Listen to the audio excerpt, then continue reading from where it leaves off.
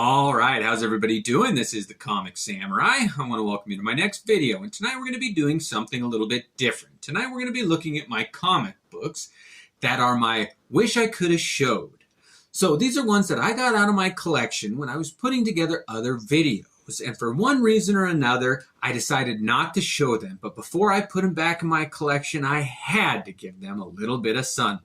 So let's look at these comics in the spotlight and jump right in. First up, we got this Wolverine number 55. And I really wanted to show this one in my homage comic book cover video, but I only showed comics in that video that I had both examples of, so I could show the original and the one that did an homage to that cover. Now, I don't own Crime Suspense Stories number 22, which of course this is the homage to the most famous beheading, Seduction of the Innocent comic book cover. But this homage is one of my favorites, so I couldn't leave it out. Next up, we got The Incredible The Incredible Hulk, number 441. Now, this is another homage comic that I would have showed, but I didn't have the Pulp Fiction movie poster. Well, I do have it, but I couldn't show it in this format. But I love this She-Hulk cover, where it's supposed to be Uma Thurman's character on the bed there. And Uma Thurman had a real handgun, a pistol, and she's got a ray gun. And She-Hulk's looking at a novel, a paperback that says Hulk Fiction. I just love the humor in this video. It's one of my favorite homage cover comic books.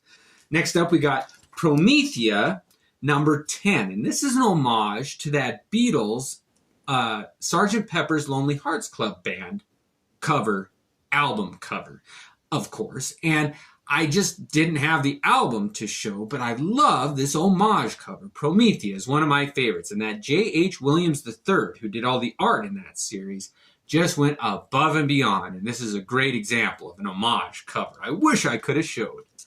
Next up, we got Avengers number 53, and the reason I didn't show this one in my homage covers was two reasons. One, I had just showed it in my favorite, I think, white covers, and I love this cover, but I didn't know that this was actually an homage to X Factor number 5. And if you look, the reason you don't really notice it is because it's a mirror image. It's not a direct swipe, but the figures on this side of the original are reflected onto this side of the homage cover. And I didn't even know until just recently. I was going through, I was like, hey, that looks familiar. And sure enough, it was an homage. Next up, we got Star Wars Darth Vader number 1. And I wanted to show this one in my Star Wars video. I love this cover. It is beautiful. That Darth Vader with the red lightsaber held perfectly horizontal. I really like that. But my Star Wars video was mostly focused on Boba Fett covers, so I didn't get a chance to show this one. But I'd be remiss if I didn't give it a little bit of the spotlight. Next up, we got Rye number 5, and I just love this cover.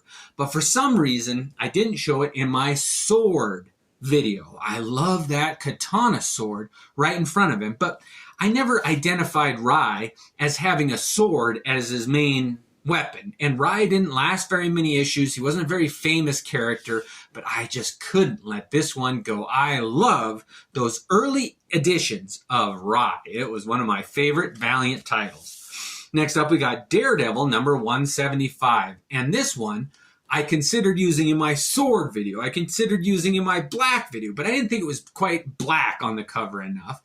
And those swords, I really liked them. I liked how they were drawn, but they were all kind of drawn very similar. There wasn't a great aspect where they were coming out at the viewer. They were dynamically drawn. However, when you look at this comic book cover, the swords are one of the pieces, one of the parts, and together they don't equal nearly the sum. Because when you take in every element of this cover. It is one of my favorites done by the great Frank Miller. This is one of the best Daredevil covers on his run, in my opinion, and I couldn't leave it out. I love that cover. Next up is the Incredible Hulk number 344, and this is one of my all-time favorite images done by Todd McFarlane. I love his iteration of the moon on this one, where you can see the craters, the textures, the coloring. And his version of the Hulk is one of my favorites. He drew the Hulk during his gray Hulk period, and that was my favorite iteration of the Hulk. I love Mr. Fix-It. Anyway, I didn't show this one because almost everybody else showed it in their moon videos, but I couldn't leave it out. I love that cover. Next up, we got House of Mystery, number 186, done by the great Neil Adams. And this is another moon cover that I wanted to show. I love this comic book. I love the cover. But the moon just wasn't very prominent on it. It's there, but in my moon videos, I wanted them to not just be a yellow circle in the background, which it is on this one, but it is a beautiful cover. Again, the moon is one of the parts, and the parts just aren't as good as the sum. When you take this cover in as a whole, it is a thing of beauty. I love that cover. Next up, we got Green Lantern number 162. And I showed a lot of moon covers. It was a 3-part video for me, but it's my favorite. And I hated not showing this one, but I had shown some similar and some other ones, but this one, the lighting on the moon, how they did it, it really looks like moonlight to me. And I love that. They captured such a great image. I couldn't go without showing this one and just giving it a little bit of screen time. I love that cover. Next up, we got Blackest Night Titans number 2, and this is a reflection cover. And the reason I didn't show this one is because I showed one that was very, very similar, a reflection that had Terra kissing Beast Boy. And I thought a lot more people would know that story from the New Teen Titans than they would of this Wonder Girl and the baby. But I just love this cover, the story that it tells. You see this nice, innocent, cherubic little baby image, but in the reflection, you see that is not an innocent baby. It does not have good intentions. And it's just a creepy cover, and I had to show it. I love that cover.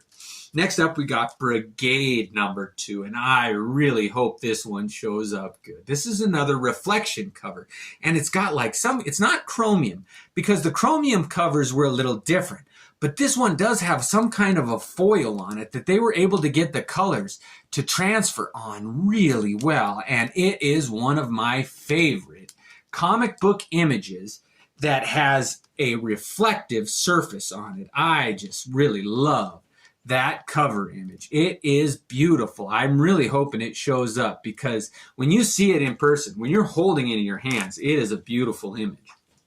Next up, we got Superman number 221, and this was one that was a funny cover. When I did my funny series, I really wanted to include this, but it wasn't just a ha-ha, laugh out loud type cover.